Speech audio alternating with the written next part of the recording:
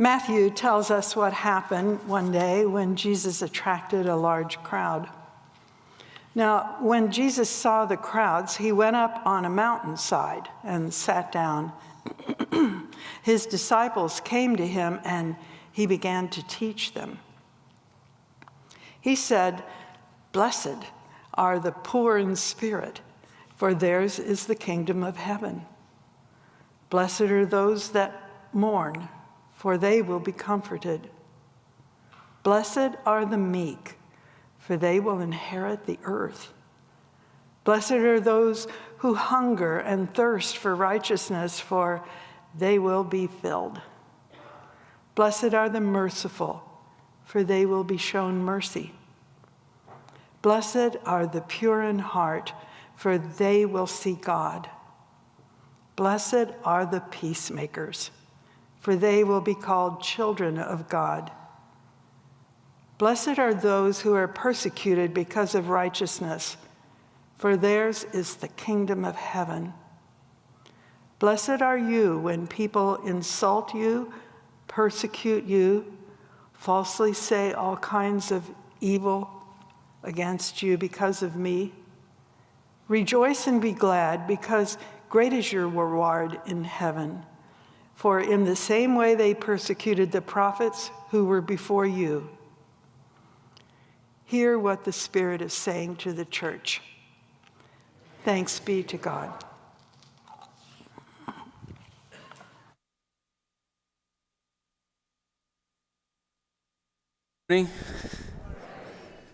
Never used one of these head mics, so I feel like Janet Jackson. Hopefully we won't have any malfunctions in our wardrobe. My wife and I are glad to be here. We're actually celebrating our 27th anniversary this week. We got married when we were 12. It was an arranged marriage. Our parents did good. So I'm here with a live community outreach. A live community outreach was started a few years ago by a man named Richard Manti. And he had a cousin who died in Fort Wayne. And so he was actually living in Atlanta. He was from Fort Wayne, but his cousin died in Atlanta. And so he ended up coming back up. He ended up doing the funeral and said, you know what, we got to do something about the violence. We got to do something. So he started a live community outreach, which is a support group for people that have had murder victims, because they need the support, and also support groups for folks that are in prisons. And then he got my program, which is the Peacemakers, which is what we do is we have kids in Southside High School, which is one of the high schools in the city. It's not the most violent, but it's one we had connections with and stuff. And I'm going to tell you a little bit about what we do with the Peacemakers. And what it is it's an opportunity to empower youth to begin to reduce the violence in their schools and that sort of things. And so what we do is we actually work with. We teach the 6 principles of nonviolence. Right? You guys heard of nonviolence before, right? Yeah, who's your pastor? He talks about it every week. But anyway, the 6 principles of nonviolence. Nonviolence is a love-centered way of thinking, speaking, engaging, and acting that leads to personal, cultural, and societal transformation. It's holistic, right? And then what to do. And now, one of the things we do with our kids is we have a peace club, and we run this peace circle. And a lot of times what we do is we'll have a deep thought, something that they can reflect on. And it's really amazing to see how kids open up. And one time I told the kids, I went around and I collected a bag of trash from their floors of the cafeteria and in the hallways. And we went around and we picked up, all this stuff. And before the circle, I went like this. I just went, whoo, and I threw the trash on the ground like that. And then we started talking about the difference between nonviolence and non-dash violence. You see the difference, right? Oh, you don't see the difference? There's the difference. Non-dash violence. Non-dash violence is basically seeing the trash and thinking, I didn't do nothing. I didn't create the trash. Therefore, I don't need to pick it up. Nonviolence is even though I didn't create the trash, I need to do something about the trash. And what happens with nonviolence is a lot of us are really good at non-dash violence. You know, and the trash represents the violence in the communities. Maybe it's the poverty in our community. Maybe it's the racism in our community. And we think, you know, I'm not racist, you know, so I'm cool. So I'm just going to go live up here in the choir loft because it's nice and safe behind my walls. Trash is somebody else's problem. Right? And we think, well, I didn't create the trash, therefore I don't need to clean it up. And what Dr. King taught is that we have to all be a part of the problem, or part of the solution. I mean, think about the Rona, right? We all had the Rona by now. And when it first came out, it was like, oh, it's a Chinese flu, it's a Kung flu, it's somebody. It was all of our flu, right? It becomes all of our problems. And so even though, you know, I didn't have slaves, or I didn't have racism, you know, I'm not racist, but you know what? Racism is a problem in our communities. Violence is a problem in our communities, and we have to be the ones that help clean it up. This lady up here, we all know Gandhi, and we all know Dr. King, but this is Autherine Lucy. You ever heard of Autherine Lucy? 1956. She ended up, was the first black student to attend the University of Alabama. And so she went to Alabama, and they didn't know she was black. And so she comes on campus, and they're like, what in the world? And all of a sudden, within 2 days, absolute riots took place on campus because it was a segregated campus. And the thing was, she had the guts to be able to go into that campus and do it. And before you know it, cars were being flipped. I mean, absolute chaos to the point where she ended up getting suspended from school. And the day after she got suspended, the news says, peace was restored to the university. That's non-dash violence. You see the difference? Because there's still racism. There's still hatred. It's a lack of justice. And Autherine Lucy ended up, and so for non-dash violence, a lot of people, especially people in power, love non-dash violence. Just keep it cool. And we keep it good. But you know what? I found this. This is actually a story I found about that same time. And this is Autherine Lucy's parents, right? And it says, she's the youngest of our 9 living children, Lucy commented. And what she is doing now, she didn't learn from home. All of her sons and daughters were taught to leave white folks alone. But when they had to associate with them to give them their respect they deserve, the parents live on their own 110-acre. And it goes on to talk about the Lord is a man that believes in things being peaceful. He says in the Bible to shun the very presence of evil. If Autherine's going to school up there is going to bring confusion, it will be a displeasing sight of the Lord. Now, I heard a little bit ago, I heard that Jesus flipped over some tables, right? In the face of injustice. So even them, her parents, sometimes we prefer non-dash violence because it's the safe thing to do. But Jesus calls us to take up our cross and follow him. And following Jesus isn't always the safe option.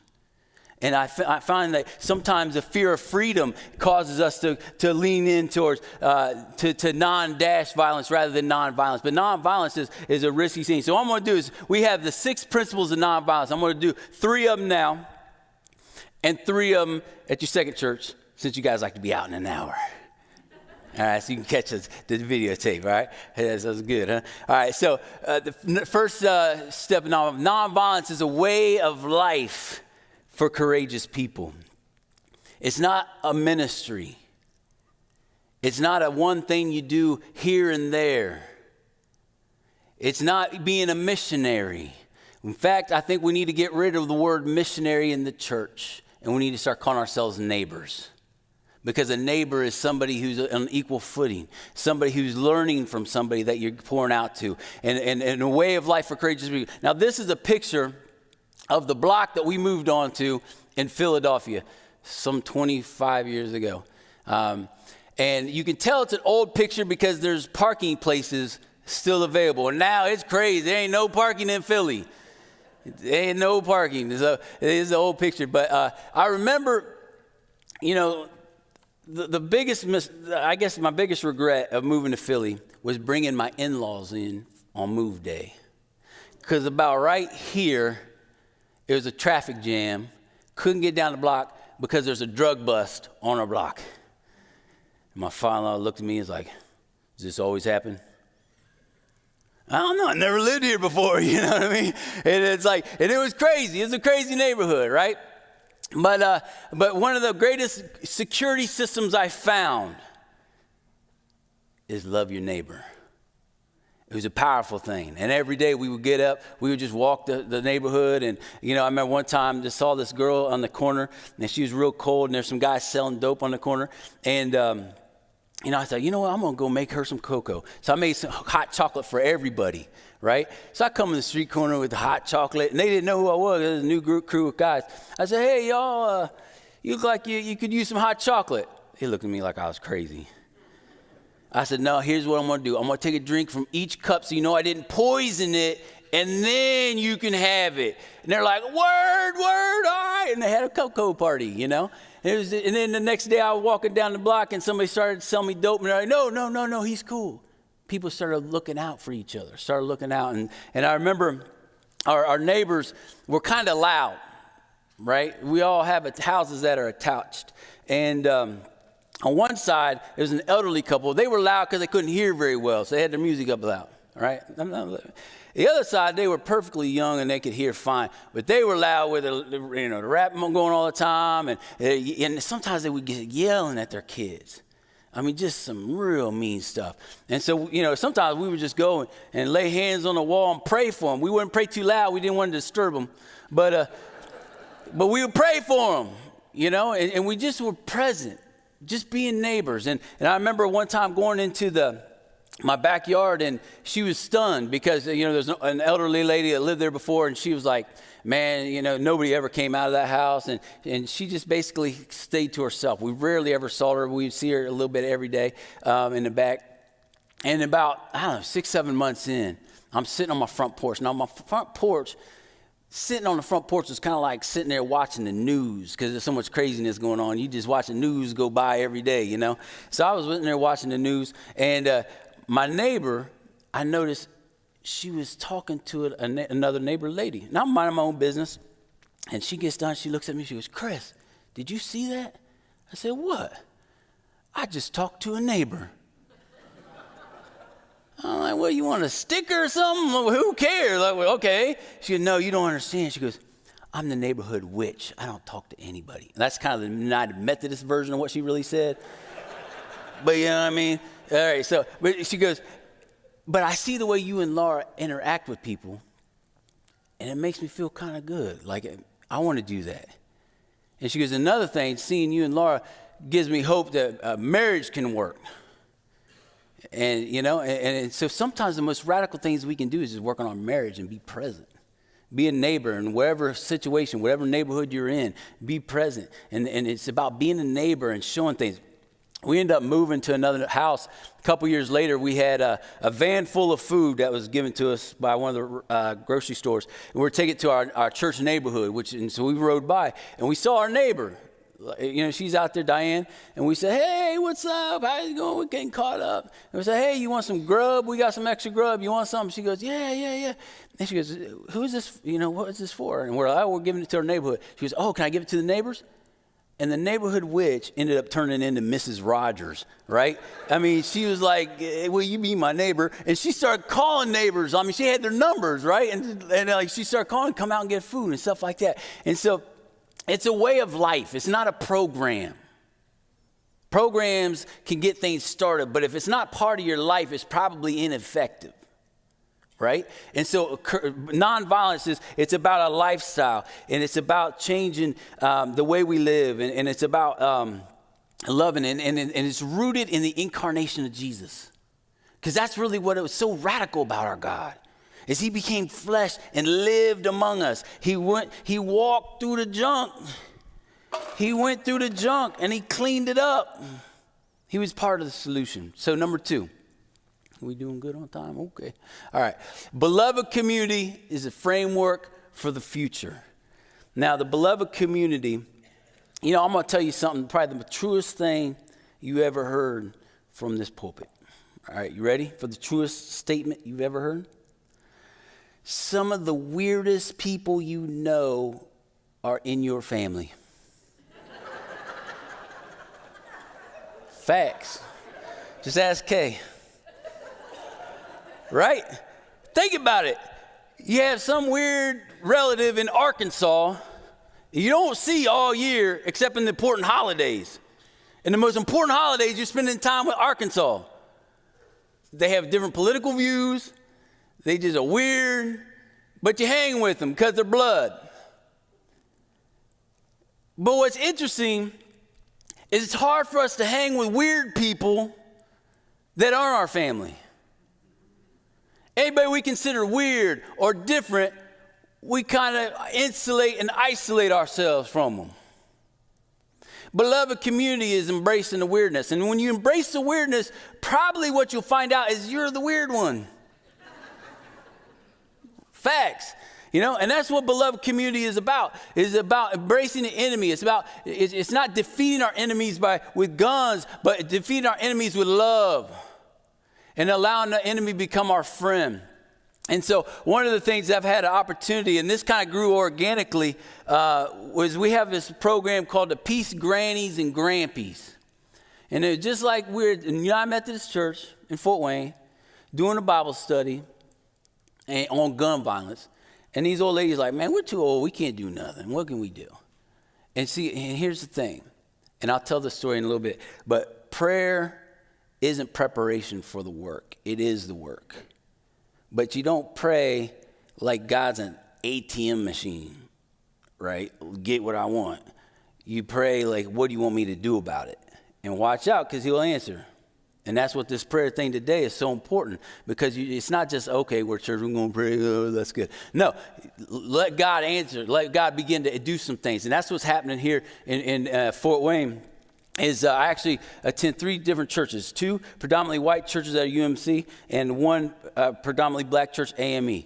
And the 3 of the churches got together and they started learning together. And we started going into the schools and started serving the kids candy and hanging out on that. And I said, we can serve together, but do you want to take us to the next level and really get to know each other? Have authentic relationships. So we started to do a 6-week study on the 6 principles of nonviolence. Turned into 17 weeks. I mean, white folk were talking, sharing stuff that they had never talked before among black folk. And black folk were sharing stories and actually being heard from white folk for the first time in some of their lives. And it was beautiful to see the relationships that were shared. So I'm going to show a video that was covered in the news of a little bit of our story. Something special going on at Southside High School. Every month, a group of retirees shows up to connect with the younger generation with a powerful message. It's a unique approach to start a conversation about combating violence and cultivating peace. It's why the Peace Grannies and Grampies are positively Fort Wayne. Lunchtime on the last Wednesday of every month is a special time at Southside High School. We call them Peace Grannies, Peace Grampies. We've turned into a peace family, and they show up once a month. Oh my gosh, I love it. I walked out of the line because I didn't know they were coming today, and I seen them and my face lit up. When they're here, I guess it just it just promotes peace and spreads positivity, I guess. We're talking with kids who have not heard our voice before. Conversations are fluid, ongoing, but we also want to drive across the principles of nonviolence, which is what they're learning about. This group saw a problem and refused to sit on the sidelines. What do? We just can't sit at home and think something's going to happen magically. You got to start somewhere. If it's one handshake at a time, one conversation at a time. They weren't comfortable just meeting at church and talking about violence, talking about peace, talking about peacemaking. They wanted to get involved in an active way. So they came to Southside High School, armed with candy and an open mind, not knowing the impact they would have. We were a little bit hesitant at how this would go, because it does seem to be such a divide with these 2 generations. But the biggest takeaway I've had is you get them down there and you find out they have a lot in common. We all grew up at some time, So like us growing up in different times, like it gives us things to talk about. There's a lot of things that we've had to live through that they haven't, and things that they've had to live through that we haven't. I love them being able to listen to my story and give me amazing feedback back. And never at the 11 years I've been in school have I had like really cool like elderly people come and like talk to us and just give us like a different outlook on the future. That's really what this was about. We have so many young people, so many youth that need that wisdom, right? That need that experience. And we have these people who want to do something, who have all this wisdom and all this experience. Let's try to build that bridge of connection.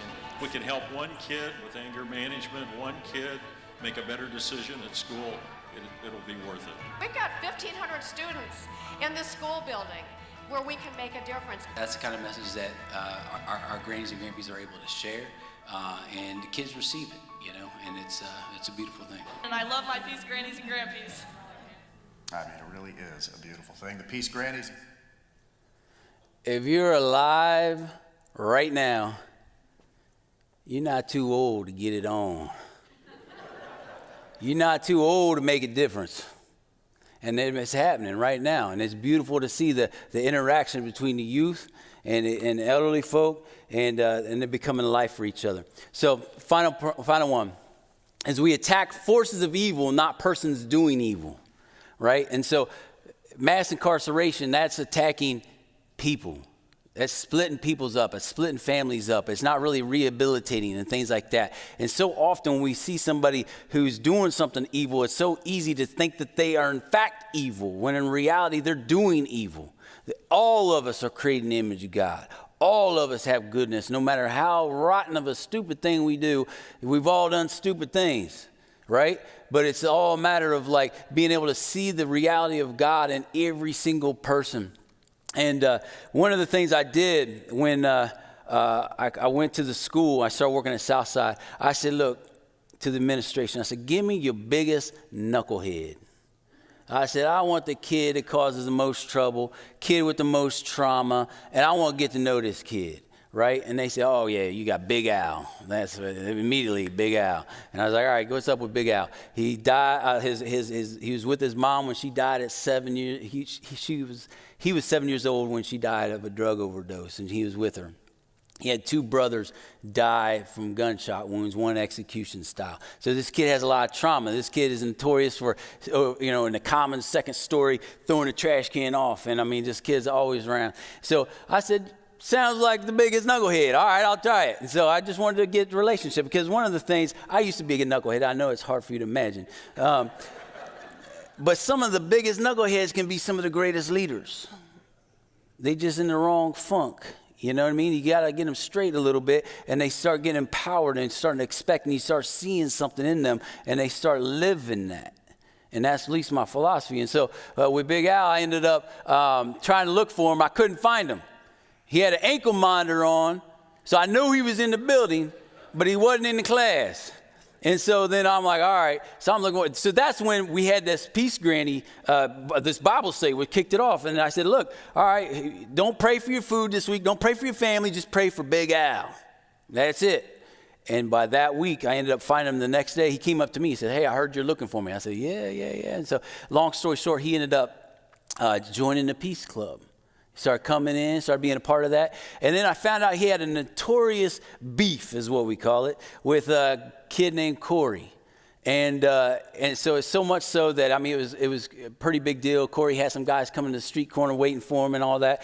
And so long story short, we ended up inventing this thing called the beef room, which is basically a place you air out your beef rather than punching each other in the face, And I brought in Big Al, and we ended up talking through it, and he, ended up realizing, like, all right, yeah, I'm willing to squash the beef. It's a little less than an apology, but it's going in that direction, right? And so then I said, are you cool with me talking to Corey? And so I called, and this is all happening in school, y'all. And so I called Corey out of class, and I ended up realizing I recognized Corey, and Corey recognized me because I spoke at ACJC, which is our juvenile justice for kids, and he was in there. And so he knew kind of my story a little bit, and so we ended up talking. Long story short, he ended up saying he's willing to squash the beef. So then when I got them together, and this is all happening in school, we're talking, I said, all right, you guys, this is the official beef squashing. Are you guys ready? And I said, yeah, but if you were men and you all realized you did something wrong, you would apologize. And Big Al immediately was just like, yo, man, I'm sorry for A, B, C, and D. And they shook hands right there. And they ended up, I mean, it was beautiful. And then he ended up, then they ended up talking about ankle monitors and probation officers and stuff like that. So they had a lot in common, you know what I mean? And, but one of the things just recently, we ended up talking to Big Al, and he showed me, hey, check this out. And I said, what? He goes, I've been over 180 days clean. And he was on fentanyl and stuff like that, on the hard stuff. And so we have this referendum that's happening in our city where the superintendent has discovered kind of what's going on the south side, and they want to bring it to all 5 high schools. And so they're trying to be in a referendum to pass that. And so we've had all these referendum meetings, and Mr. Knucklehead is up there just being a key spokesman now for us, talking about how his life has changed. And I actually got to see his dad. And when I saw his dad, he goes, man, I don't know what's happening, but he's not fronting because I see a change at home as well. The biggest knuckleheads become our greatest leaders.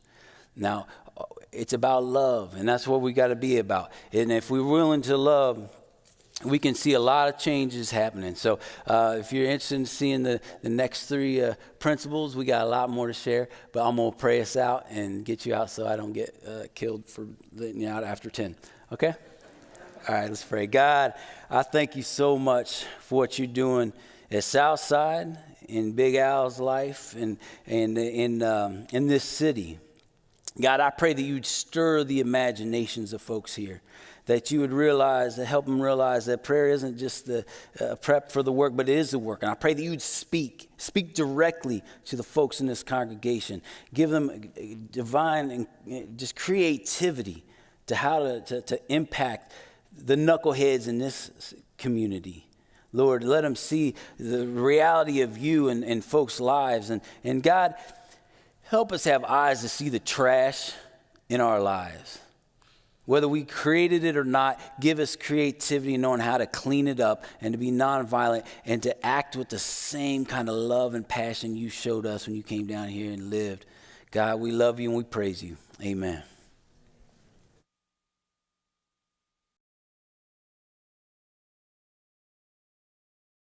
This is the alive crowd, right? They said it had to be done in a half hour, the last one. This one, they said I'd go all day. So grab yourself a Snickers. Now, a couple people asked why we moved back to Indiana from the Holy Land, Philadelphia. And it's actually her fault. She's studied to be a midwife. So she's delivering babies, and there's no job opportunities for midwives in Philly. Can you believe that? But in Auburn, there was. And I ain't going to live in Auburn after living in Philly. So we lived in Fort Wayne for 4 years now. And she was actually up all night last night delivering a baby. So if you hear snoring while I'm going, we'll just nudge her and get her back up and that sort of thing. So how many here were at the first service? It was trash, wasn't it? Kind of. You got to be here. It's high context. We talked a little bit about the difference between nonviolence and non-dash violence, right? Just how you spell it. Non-dash violence is I see trash on the ground, and I didn't cause it, so the trash is going to remain, right? Non-violence, which is the kind that Dr. King talked about, is I see a problem, I'm going to do something about it. And that's what we're calling for us to. And that's what Jesus did, man. He called us to live a life that makes an impact, that really lives differently. And so we're looking at the 6 principles of nonviolence, and so we did the first 3. I'm not even going to recap them. You got to watch the video if you want to see it that bad, all right? All right, anyway. But I'm a part of a group called Alive Community Outreach, which has been around for a few years. I've only been a part of it for a year. And what it started with Angelo Manti was his cousin was shot and killed in Fort Wayne, and he came back, did the funeral, and decided, hey, we need to do something about this. And so he started kind of support groups for victims of violence and that sort of thing.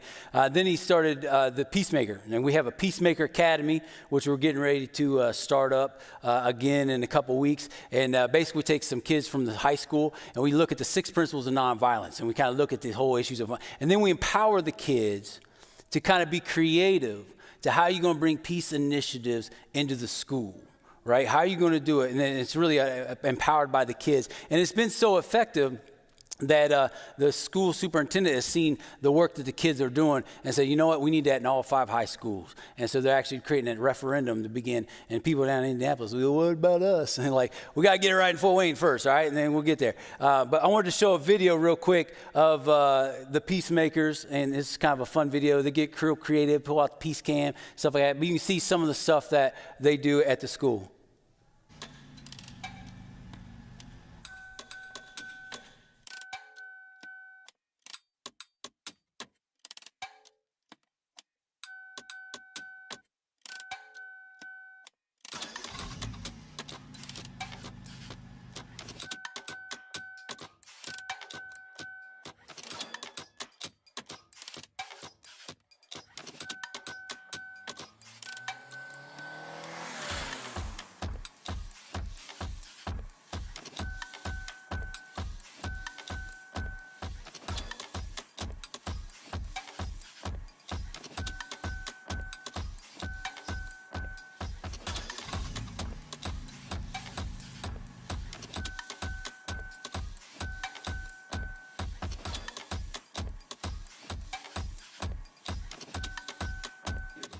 You a peacemaker?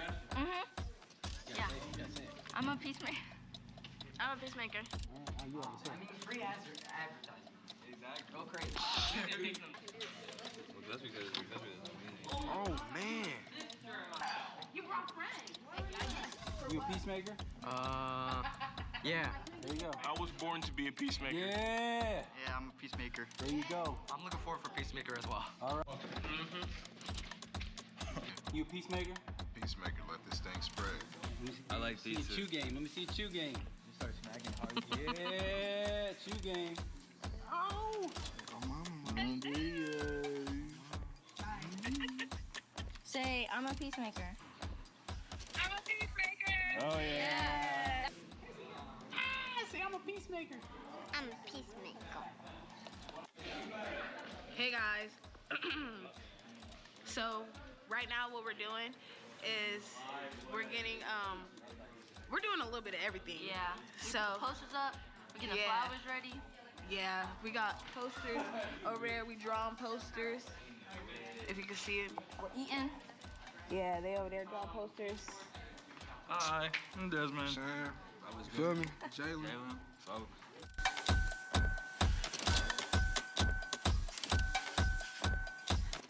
We have Jeremiah. And we got Chris. Yeah. Come on, pizza duty, pizza duty, pizza duty, pizza duty, pizza duty, pizza duty, pizza duty, pizza duty. Leslie up on a ladder.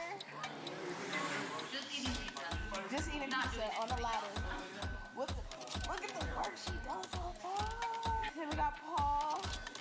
Come in. What's your name? Addie and Janiyah. Y'all, we just working. Peace.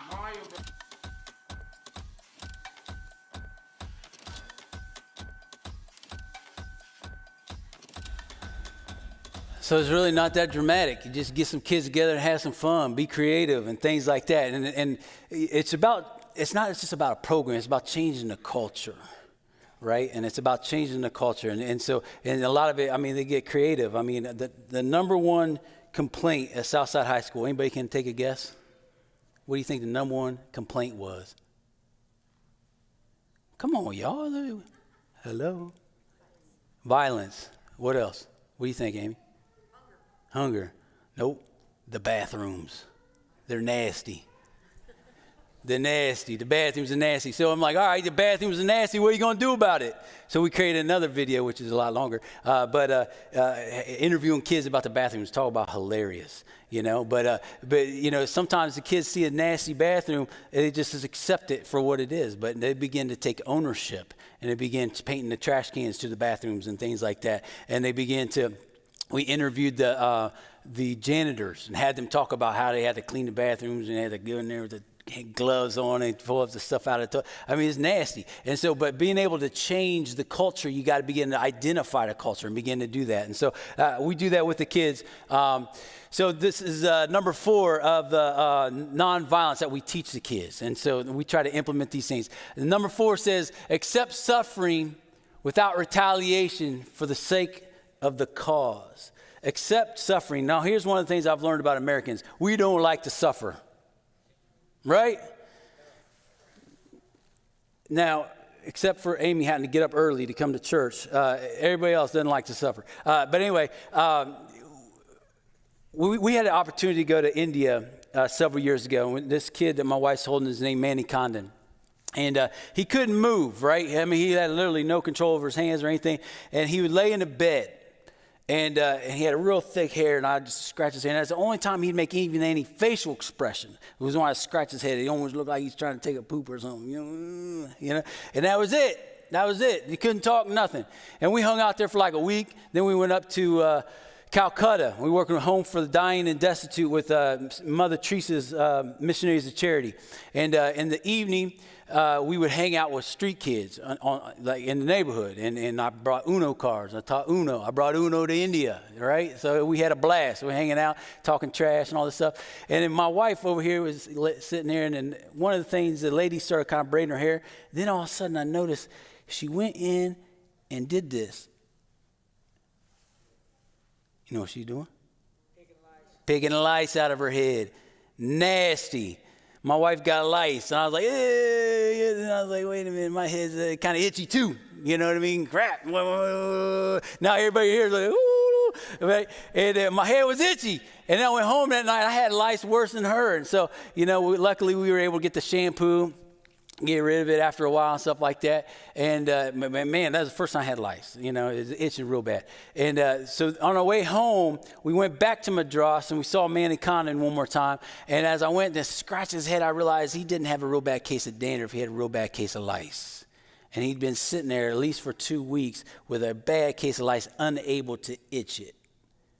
Now, if you got lice, itching feels good, right? And I realized something, we were able to kind of talk to the administrators and stuff like that, and we were able to shave his head and shave the kid's head and everything. And I realized something. The church needs lice.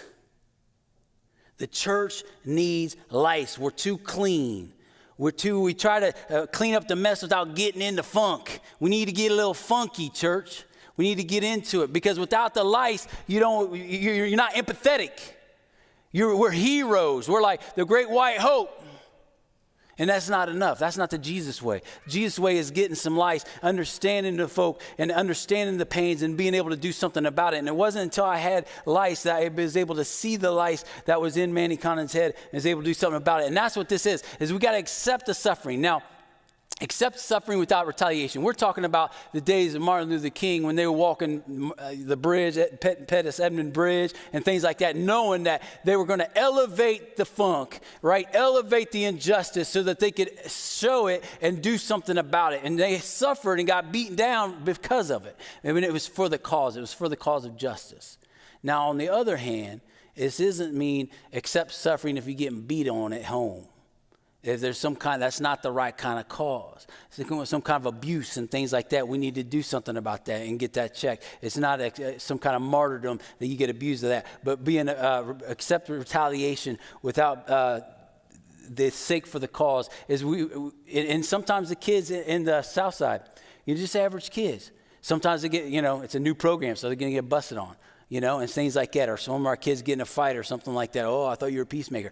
Sometimes you have to accept it. And sometimes we have to be willing to get uncomfortable. And so when we talk about the violence in Indianapolis, we've got to be willing to go. We got to be willing to get uncomfortable, because look, we're going to live one life, and it's not worth insulating and isolating ourselves from others. All right, the next one. We need to avoid, and this is a big one, avoid internal violence of the spirit as well as external violence. The reason why there's so much external violence is because we got so much internal beef inside of ourselves. We got so much internal stuff, and that's where it overflows to so much violence. The reason I talked about Big Al last, I think, is this kid, he got in so much trouble. It's because he has so much stuff inside. And that's one of the things I'm realizing with a lot of these kids is they got a lot of trauma. And when you got a lot of trauma, you don't do a lot of thinking when you're getting threatened or something like that. You just snap, you know, and you got to be able to work through some of that internal violence. And now I remember, I think next to our last meeting at Peace Club, this kid named Dave, and he was one of the kids. He's a peacemaker. He has autism and stuff like that, so he doesn't know how to take a joke or anything like that. He's very literal and stuff like that. But he was the one that got in a fight, right? And so sometimes the administrator or different teachers and stuff, well, why are your peacemakers getting in a fight?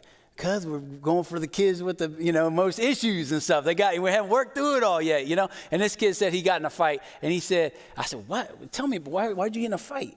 And he said, well, it's because he called me a Russian. Now, I could understand if he called you a Dallas Cowboy fan or something like that, just taking him out. But he was getting picked on, and he takes things literally. So he and jumped at the dude and beat him up. And I was like, all right, so this is good. Let's reflect on it. So what happened then? He came back, and he was in the administrator's office with this kid that he beat up. And he says, you know what? I ended up apologizing to him. And I said I was sorry. And then I found out he was picking on me because other kids were picking on him. And then I got his number, and now we text each other. Now we're friends. You see? So even though the fight happened, we're beginning to take it to the next level, beginning to deal with the internal stuff. And this kid, his trauma is deep. It's real deep. But being able to look on the outside, you see somebody fight, you just get rid of them. No, if they're fighting, there's probably some real leadership stuff in there, but there's also some beef that's inside that you need to get rid of. And one of the things we talk about, a guy named Desmond Tutu, that talks about the fourfold path of forgiveness. And this is really helpful in dealing with our own internal beef. And so the first one, and I remember, and for this, I reflect on my own issue with my dad. When my dad, me and him, we didn't get along as a teenager. I don't know why I was such a sweet young teenager, perfect angel, right? And you know how it is. Dad, sometimes it's hard on him. But I remember us having so much beef in our relationship. There was times I couldn't stand him. And I ended up going to college, and I remember somebody telling one of my professors, hey, this kid Chris, he can be a real leader or whatever, but he has a relationship with his dad that's jacked up. And if you don't get it fixed, man, he's going to carry that over. And that's how it is. If we don't deal with our internal stuff, we take it to the next relationship. And so the fourfold path is, one is you got to tell the story. Number two is you got to name the pain. And I remember realizing, man, I got to deal with this stuff. So I ended up going with my dad, and from Huntington is where I grew up, to Fort Wayne. And we went this path 1,000 million trillion times, right? And I said, all right, I'm going to say something to him. And then I went to a landmark that I was going to do it at, and I went past that landmark. I was like, dang it. And it was hard. It's hard to ask for forgiveness and stuff like that. And so finally, we got almost on the way home, and I'll never forget, he started turning the radio up. And just out of random nowhere, I said, Dad, I'm sorry for all the hell I put you through. He was like, what? Turned it down. What? I'm sorry for all the hell I put you through. But there's this time you did something that really hurt me. And I'm sorry. And I forgive you. And we talked it out and stuff like that. And he's been a good dad. A lot longer he's been a bad dad. And we've dealt with some of that stuff. And the fourfold path is you got to tell the story. See, so often we have something that happens to us. We ignore the story. We have racism that exists in our society. We ignore the story. I call it white amnesia. We don't tell the story because, hey, let's just not talk about it. It'll get better. That's like me saying, hey, I got cancer. I'm not going to talk about it. It's going to get better, baby. I'll be dead. Same with racism. Same with violence. You got to talk about it. You got to identify it. Then you got to name the pain, then forgive. It's not about forgive and forget, because you can't always forget the pains that happen, but it no longer has a hold of you, no longer hooks you, no longer pulls you in. You see what I'm saying? And that's the fourfold. And then finally, the last one is you need to reconcile or release. The whole goal is to reconcile, to be cool with each other. But sometimes that person you need to reconcile with is dead, and so you can't, so you got to release. Or maybe that person you want to reconcile with doesn't want to reconcile. Then you release. But you're no longer held captive by that beef inside of you. Does that make sense? Okay? So next one, the last one, is the universe is on the side of justice. Now, I talked a little bit about the peace grannies and grandpies, and we started a little movement there with elderly folk helping out with the youth, and we were going to do a 6-week training on the 6 principles of nonviolence. So you guys get a half hour. You know, they got 6 weeks, right? Well, it ended up lasting 17 weeks. It just kept going and going and going and going and going and going. And it was something like this. Like, all right, the universe is on the side of justice, and this is rooted in this, right? The God looked over all that he made and saw that it was very good. Where have you seen very good? And these old people talking 2 hours straight, you know, like, oh my God, I can't even get to my point. And so we last 17 weeks, but building relationship and building that. And the universe on the side of justice is rooted in this notion that God created everybody and he created everything and saw that it was very good. And then here's the thing, it gives us hope. This thing gives me hope when I see that the universe is on the side of justice, because sometimes we start doing peace initiatives, and guess what? It gets worse. And I'm not doing this peace work because the numbers are getting better. Even if it gets worse, we continually do it because it's good. And we do it because it's right. And I think so often as Americans especially, we like numbers and we like to, hey, how effective is it? Hey, is it right? If it gets worse, you're going to still continue to work. And that's the kind we got to push ourselves to do that kind of work. And it's also this notion of the universe is on the side of justice. It's rooted in love. You notice a picture of Philadelphia there. Thank you very much. Rooted in love. Dr. King talked about 3 types of love, right?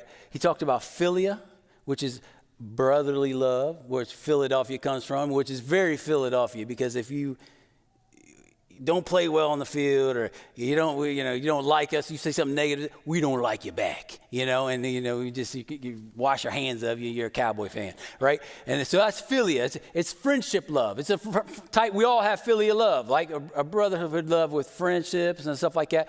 Now, eros is romantic love. This is the kind of love my wife had for me when she first saw me with that long flowing hair and Daisy Dukes, and I love you because you're hot, because you're beautiful, right? But then agape is I love you even though you're funky. I love you even though you're gross. I love you even though you're different. I like to call it sloppy agape. And that's what we need to practice as the church. Is not, lean into that which is different. Because unity is not uniformity. And that's the problem, is we try to say, hey, let's put our differences aside and just hang out on what we have in common. But in reality, we need to lean into that which is different, because we can learn from each other and build from each other. That's sloppy agape. And that's what we need to practice in our lives, in our lifestyle. It's not just hang out where we're comfortable. And so this really is manifesting my friendship with Miriam. This is me in college, and this was my friend Murr. And beloved community is really where it summarizes it all up. Like, this is really where it's at. Beloved community is loving that which is different. Now, I came from Huntington, Indiana. Huntington's a very racist place. Huntington is a place where I had no friends of color growing up. And it was... when I went to college, it was the first time I'd had an interaction with people of color. And this is the 5 stages of beloved community, kind of shows me that this is it's an authentic community. It's not just, hey, I'm cool with you, right? It's authentic community. And for me, the first night at Eastern University, I saw a group of African-American folks singing this song, Perfect Praise by Soul Children of Chicago. And I was amazed. I was like, oh my gosh, this is so much better than Amy Grant and Michael W. Smith, right? I can get down to this stuff, and then I can groove to this stuff. I mean, it was like I could feel it in my soul, like it was beautiful. And so to me, I didn't know anything about gospel music, unless you count Moving On Up, the Jeffersons, the song as close as the gospel I got, and it was something for me, it was an introduction into a whole new culture for me. And I was like, man, what is this? They're like, yeah, they're in this Soul Children of Chicago, and they're part of the Angels of Harmony. And I was like, Angels, what's that? A choir. There's not a dumber white person in here than I was dumb when it comes to race relations. And I remember being so enthralled by it. I took it home. We had these things called cassette tapes. And, man, I burned that joint up, man. We just listened to it over and over and over. So finally, I found out. But see, knowing about is not enough. Like when George Floyd happened, a lot of white folk got together and started reading book studies and started knowing about. But it's not enough, because our know about is wrapped in bias until we get to know people specifically. And it always is, because we only have a certain cultural worldview. And until we cross cultures and begin to build relationships, authentic relationships, will that ever get challenged? And and we can learn some things on our own, but we can challenge in our biases and things like that. So for me, the acquaintance phase was when I went to Angels of Harmony practice. Here I was, long-haired dude, concert shirts all the time, sitting in the corner, all African-American folks, and me in the corner, just worshiping God. I didn't go there to make friends. I'm just sitting there worshiping God. Man, this is great. And then all of a sudden, I started to become acquaintance every week. And then eventually, they said, look, you come here so often, why don't you sing with us? And I was like, man, I don't know, you need a backup death metal singer, maybe. But, otherwise, let me be a groupie. So I became the first ever Angels of Harmony groupie. Right? The only one that ever existed. I went with them at every show. And I was so excited. And this is a transactional phase. And they said, 9 o'clock, we're leaving and we're going to this. I went to all kinds of churches and stuff. And I'm there, 8:45, baby. I'm excited. And 8:45 came and go. Nobody's there. 9 o'clock, nobody came. And 9:15, one person came. 9:30, a couple people came. And, 9:45, we left, And I was like, all right, that's cool. This happened 2 or 3 times. And finally, I asked my friend Murr, I was like, what's up, man? Like you said, 9 o'clock, and I'm here at 8:45. And there ain't nobody here till 9:45. She goes, you white people are all the same. You always have to be on time to everything. Have you ever heard of CPT? Color people time. We get there, we start when we're all here, and we finish when we're done. Just like this service is going to be, because it's 11:58. And I begin to realize that there's some differences in how we view time and how we view culture. There's a little bit difference. And I begin to learn, now I call it CPT, Chris people time, because I'm late all the time, but it was a different value. Like it valued the humanity of people. Like we'll get started when everybody gets here and we'll finish when we're done. And I began to through the transactions. But see, here's the thing about racial reconciliation. If you go to church with people of color or you work with people of color, it doesn't necessarily mean you've reached beloved community authentic relationships. Because often what happens is we still are painting them in our life. We're still colorblind. We're still, I don't see color. Well, so you should get that checked out. God created us all in his image. Don't matter what color we are, and we're all good. We all have something to bring to the table. We all have differences. My wife is white, and she's very different from me. And I'm grateful for it, because I learned a lot of things from it. So transactional is okay, but when we talk about reconciliation, it's not enough just to rub shoulders with people. We got to go into a personal relationship. And this is where you begin to go outside of just the norms of church. You go out to eat with somebody. You invite them over. You go hang out. You go to a prayer vigil together. You begin doing things. You begin doing life together. And this is what happened with Murr and I. We began friends. She introduced me to the Philadelphia cheesesteak. That's heaven right there, y'all. You don't even know. If you haven't been to Philly and get your cheesesteak. But we began to introduce each other to things. And it began to be, I began to ask stupid questions of my limited knowledge of race. And one time she said, look, we need to have a conversation. All right, that's cool. I hate white people. Whoa, good thing I'm not white. You know what I mean?